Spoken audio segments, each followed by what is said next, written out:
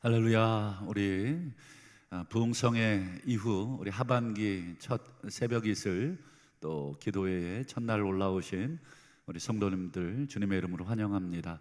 우리 7월 한 달도 하나님의 은혜로 또 하반기 모든 우리의 삶도 우리 하나님의 은혜로 우리 시작할 수 있기를 바라고, 어려울 때마다 또 힘들 때마다 우리 하나님께 엎드려 기도하시는 우리 복된 가정들이 다 되시기를 주님의 이름으로 축원합니다. 오늘 우리 함께 보신 본문으로 교회는 어떤 곳인가 라는 제목으로 잠시 말씀의 은혜를 나누고 또 기도했으면 좋겠습니다. 너무 쉬운 질문이라서 대답하기 참 거시기 하실 텐데, 교회가 어떤 곳인가 그래도 우리 한번 다시 오늘 생각을 해봤으면 좋겠습니다.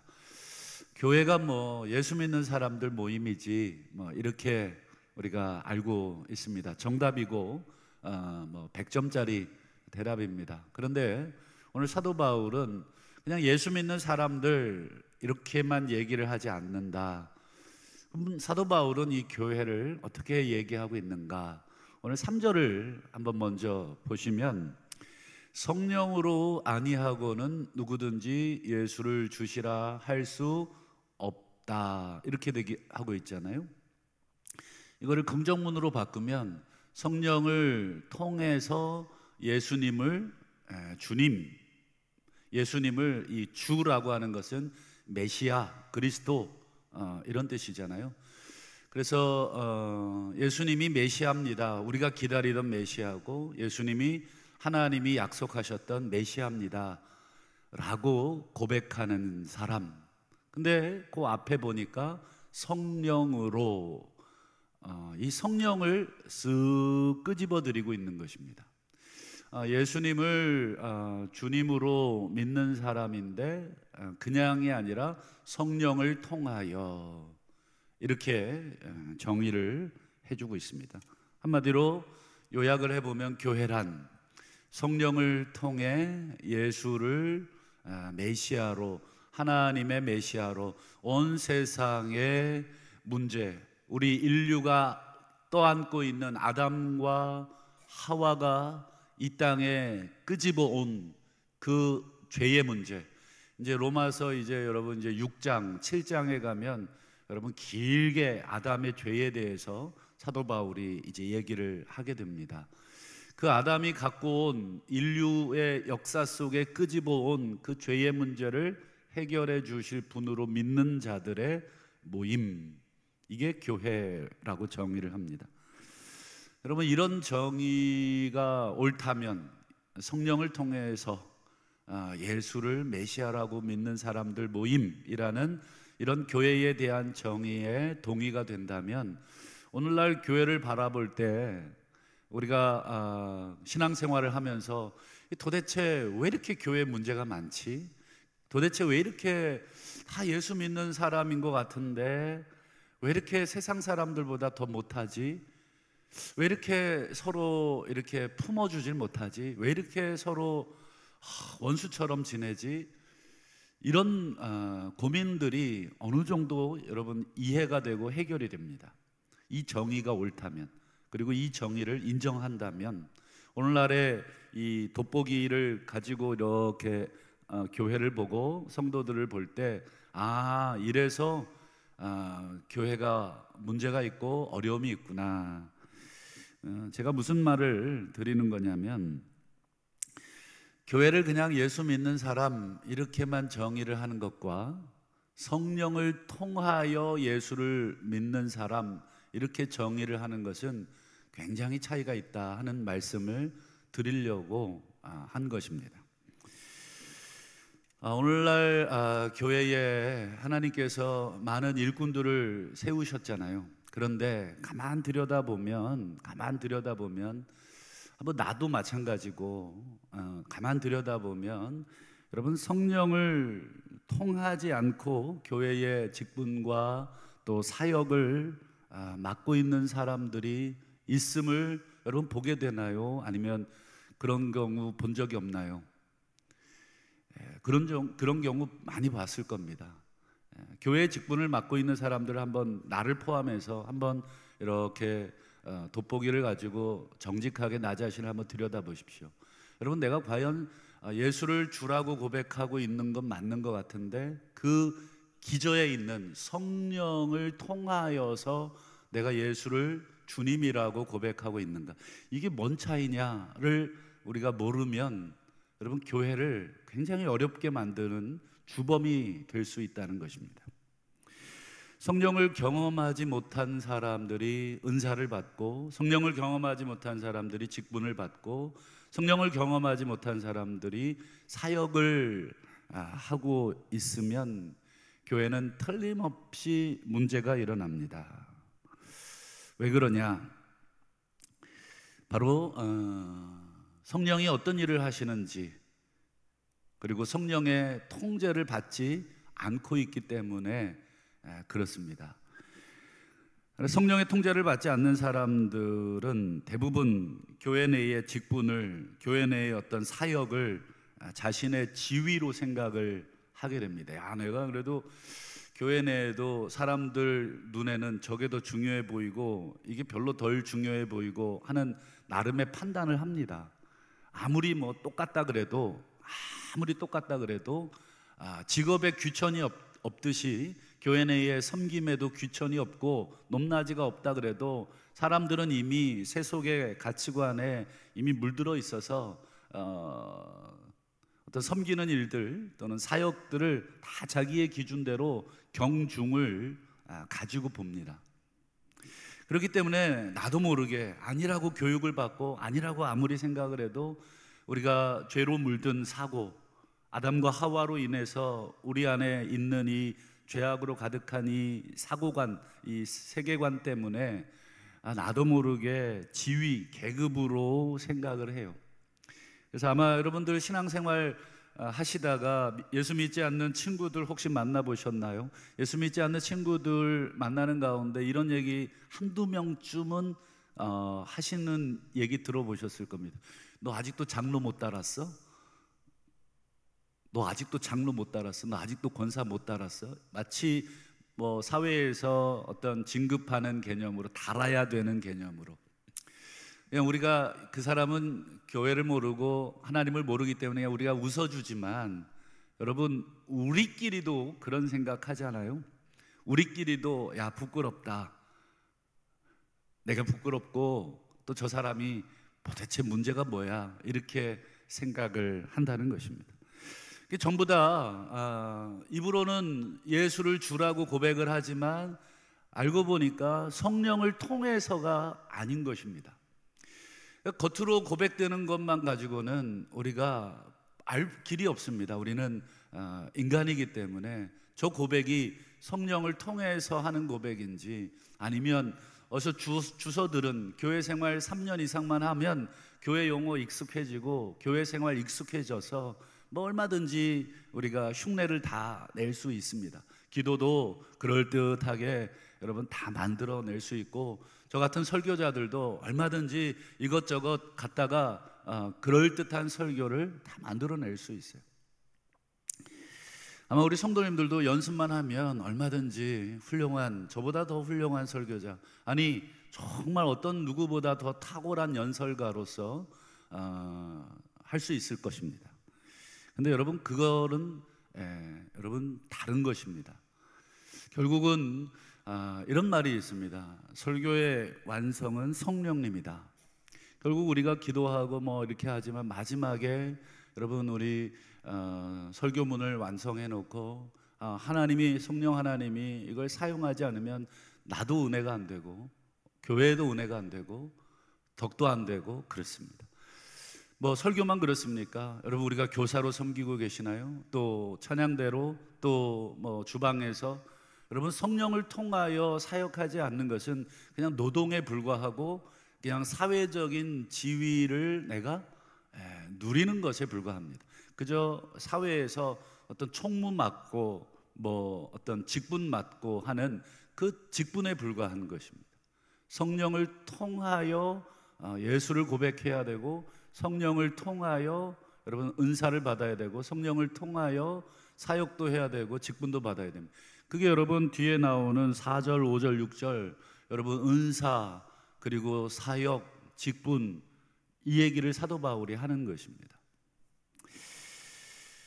그래서 오늘은 교회에 대해서 우리가 두 가지를 좀 다시 새롭게 정립을 하고 또 우리 가슴에 염두에 두고 결론을 좀 맺으려고 합니다. 우리 첫 번째로 우리가 염두에 둘 것은 교회의 직분이나 교회의 사역은 성령을 경험한 후에 하셔야 합니다. 또는 교회의 직분이나 교회의 사역은 성령을 경험한 자에게 맡기셔야 합니다. 근데 우리는 누가 성령을 경험했는지 누가 성령의 통제를 받는지를 솔직히 모릅니다. 그렇기 때문에 좀 열심히 있고 또 나랑 좀 친하고 하면 그 일을 부탁하기도 하고 맡기기도 합니다. 그건 어쩔 수 없는 우리 인간적인 한계입니다. 맞죠? 그거는 어쩔 수 없습니다. 목사인 저도 마찬가지입니다. 아무개 집사님이 내가 보니 적합한데 솔직히 깊게 우리가 통찰을 해내지 못한다면 그분이 성령을 경험했는지 성령을 받고 있는지 그걸 모르기 때문에 그냥 맡길 때가 있습니다. 그러나 누구는 아십니까? 나 스스로는 알고 계시지 않습니까? 내가 이 일을 맡으면 안 되는 사람인데 그저 겸손을 떠는 게 아니라 정말로 내가 성령을 통하지 않고 있는데 아직 내가 지금 교회는 다니고 있는데 목사가 따라하라 그래서 예수님은 주님이십니다 이렇게 따라도 해보고 여러 가지 그냥 예의상 이렇게 해주긴 하는데 사실 내 안을 정직하게 들여다보면 어떻습니까? 정말 내가 성령을 경험했는가? 저는 솔직히 중등부 고등부 때 여러 임원도 하고 찬양 인도도 했지만 저는 성령을 경험하고 해본 적이 없어요. 여러 가지 행사를 많이 했어요. 연극도 하고 또 임원도 하고 선교 부장도 하고. 근데 부끄럽지만 저는 성령을 한 번도 경험해 보지 못했어요. 그 이후에 성령을 경험하고 봉사를 했지 그 이전에는 그냥 선생님이 제가 한 번도 교회 안 빠지고 저는 오전 예배 오후 예배 다 나왔던 학생이니까 야, 한 번도 기타 칠 줄 안다며 찬양 인도 좀 해봐. 너 찬양대 하니까 너 특송 좀 해봐. 다 했어요. 근데 저는 저 내면에는 솔직하게 이게 도대체 그냥 하라고 하니까 했지 성령을 통해서 하지는 못했습니다. 여러분 3절을 한번 다시 보실까요? 아까 우리 교회에 대해서 정의를 하셨잖아요. 여기도 보면 사도 바울이 하나님의 영으로 말하는 자, 그냥 성도라고 얘기하지 않아요. 교회 다니는 교인이라고 얘기하지 않아요. 하나님의 영으로 말하는 자, 이게 진짜라는 것입니다. 이게 진짜 성도고 이게 진짜 교인이다. 하나님의 영으로 말하고 있는가? 말이라고 다 말이 아니다. 목사의 말도 다 말이 아닙니다. 여러분 잘 새겨들으셔야 됩니다. 강단에서 제가 이렇게 그럴듯하게 얘기한다 그래서 다 성령을 통해서 말하는 것이, 때로는 제 혈기로 말할 때도 있어요. 때로는 제 분노로 말할 때도 있고 때로는 내 욕심으로 말할 때도 솔직하게 있습니다. 그러나 성령을 통해서 말을 해야 되는까지 계속 치열하게 이 강단에 올라오기 전까지의 싸움이 우리 안에 있는 것입니다. 하나님, 저를 통해서 말씀해 주십시오. 제가 말하는 게 아니라 저를 통해서, 제가 성경을 연구하고 주의 성령이 저를 지도하시고 그것이 옳다고 확신하고 또 기도하고 그런 것만 얘기해 주십시오. 나머지는 모르겠습니다 라고 하는,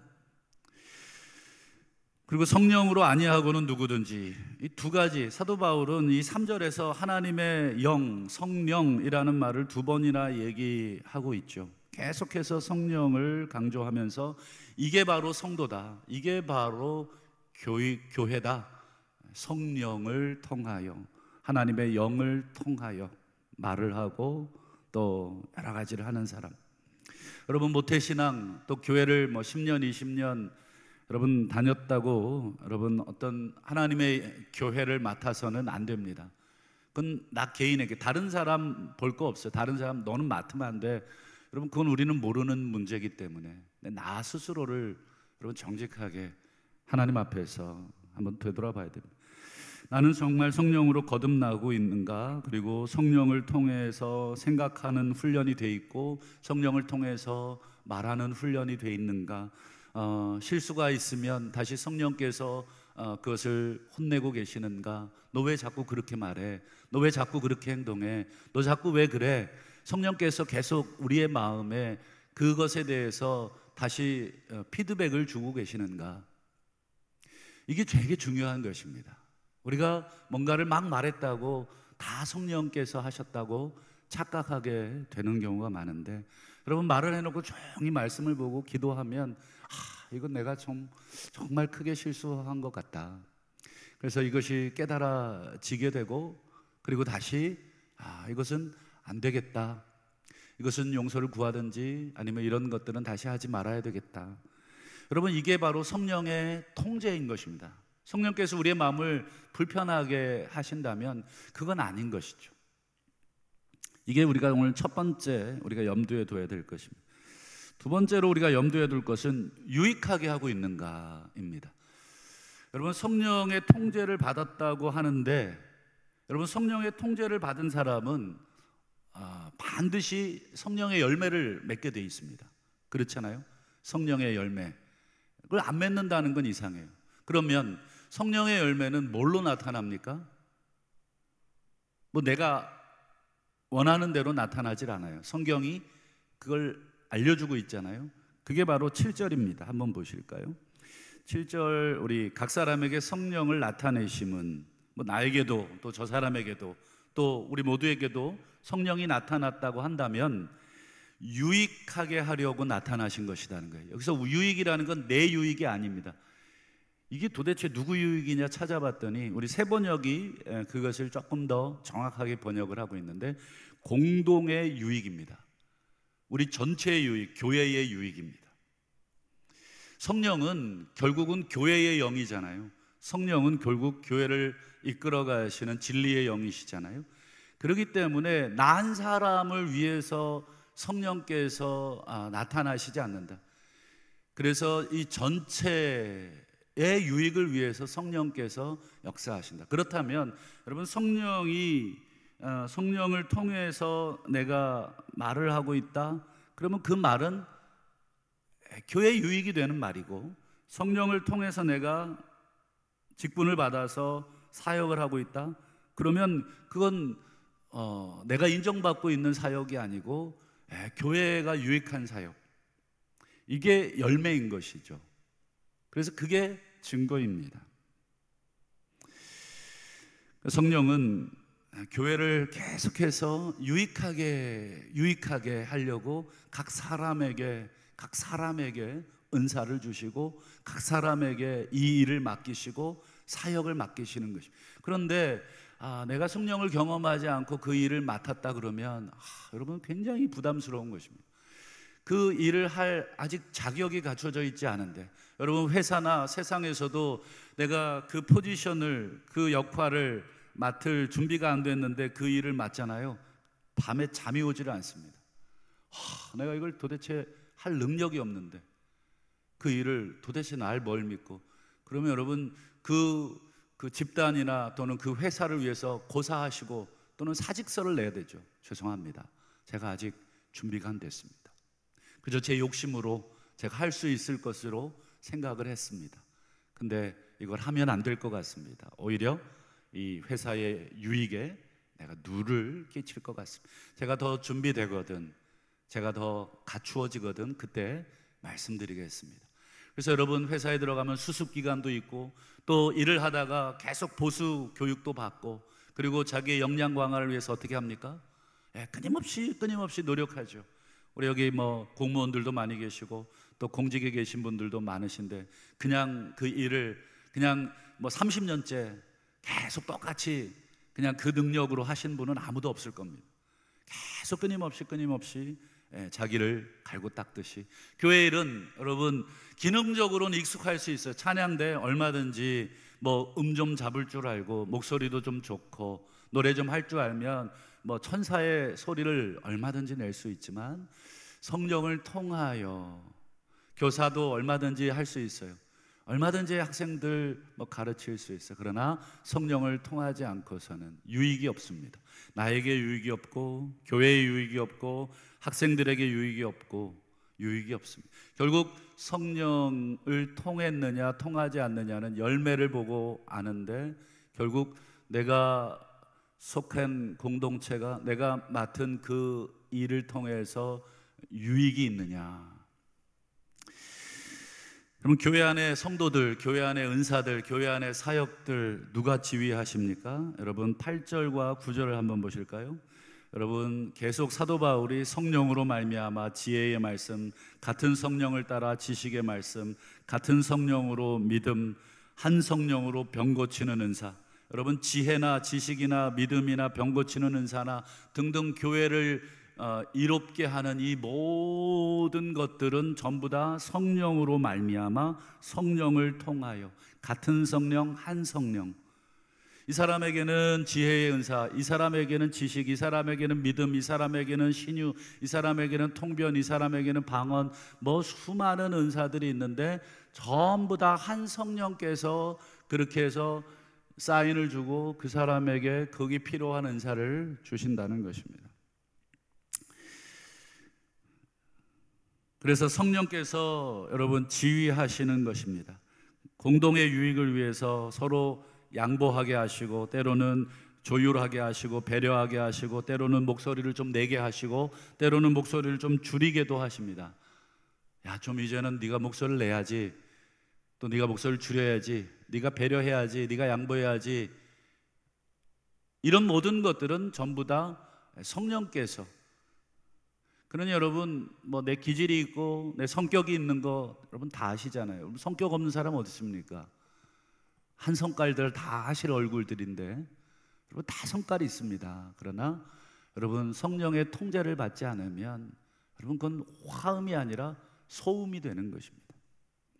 여러분 관현악단 또는 합창단 보셨습니까? 수많은 악기들, 그리고 소프라노, 알토, 테너, 베이스, 메조, 여러 가지 이 파트들이 있잖아요. 음색이 다르고 굵기가 다르고 또 특징들이 악기들마다 다 다르지만 여러분 누가 조절합니까? 누가 그 악기들을, 누가 그 파트들을 여러분 통제하고 명령합니까?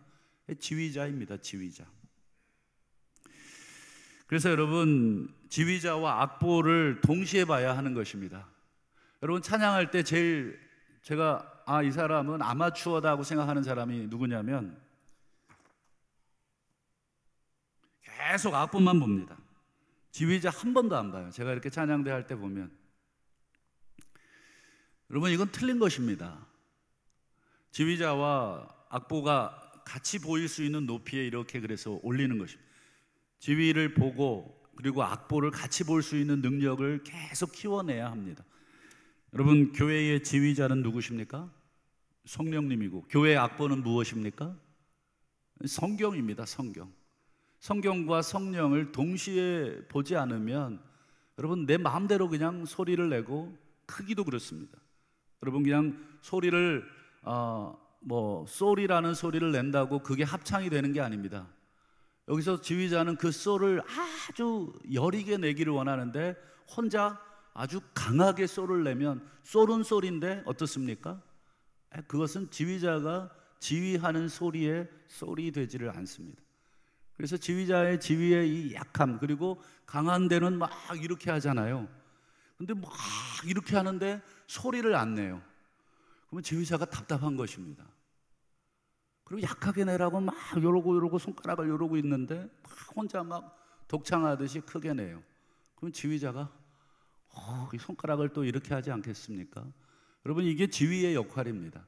그래서 곡을 해석해내고, 그리고 연습시키고, 그리고 무대에 올리고, 그래도 실수하는데 연습하지 않고 우리가 올라간다는 것은 있을 수 없는 것이죠. 그래서 지휘자는 내 소리를 듣고, 또는 각 파트의 소리를 듣고, 각 악기의 소리를 듣고, 이게 어우러져야 합니다. 어느 소리가 튀어나오지 않도록, 합창의 중요한 것은 그것입니다. 한 사람의 소리가 튀어나오지 않도록, 그리고 나도 옆에 사람의 소리를 들어야 됩니다. 그래서 같이 그 소리의 볼륨에 그리고 지휘자의 그 지위에 맞추어야 합니다. 결론입니다. 여러분, 교회 안에서 은사, 직분, 사역을 하는 분들은 예외 없이 성령의 음성을 들어야 하고 통제를 받아야 합니다.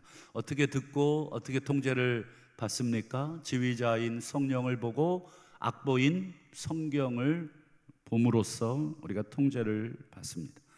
그래서 내가 제대로 지휘자를 보고 있구나, 내가 제대로 성경을 보고 있구나, 내가 통제를 받고 있구나 하는 결정적인 증거는 무엇입니까? 나를 통해서 내가 속한 모임에 유익해야 합니다. 내가 속한 모임이 무익한 모임, 사도 바울이 오늘 너희의 모임이 유익하지 못하다, 너희의 모임이 유익하지 못하다. 지난 우리 11장에 사도 바울이 고린도 교회 성도들이여 너희들의 예배 모임이 유익하지 못합니다. 참 이게 안타까운 책망입니다. 너희가 모이기는 모이는데 너무 엉망입니다. 너희들 마음대로 지금 하고 있습니다. 이게 사도 바울의 가슴 아픈 책망입니다. 그래서 오늘 12장에 사도 바울은 교회란 성령의 음성으로 통제를 받는 사람들입니다. 은사라고 다 같은 은사가 아니고, 직분이라고 다 같은 직분이 아니고, 사역이라고 내 사역이 아니라 성령의 통제 아래 아름다운 소리를 만들어내는 우리 교회가 되어야 됩니다 하는 것이 바울의 책망이었습니다. 말씀을 읽겠습니다. 우리 7월 한 달 여러분 성경을 우리가 보셔야 합니다. 성경을 보면서 기도하셔야 됩니다. 한 구절 한 구절을 보면서 내 하나님께서 내게 뭘 원하시는지, 그리고 기도하고 성경을 보셔야 됩니다. 성경 보고 기도하고 성경 보고, 이 두 가지는 지휘자와 악보를 보는 것과 같습니다. 7월 한 달 또 하반기 우리가 우리 지휘자이신 성령을 보고 악보인 성경을 통해서 우리의 그 열매, 교회가 더욱 유익되게 하는 열매를 나타내시는 저와 우리 모두가 되시기를 주의 이름으로 축원합니다.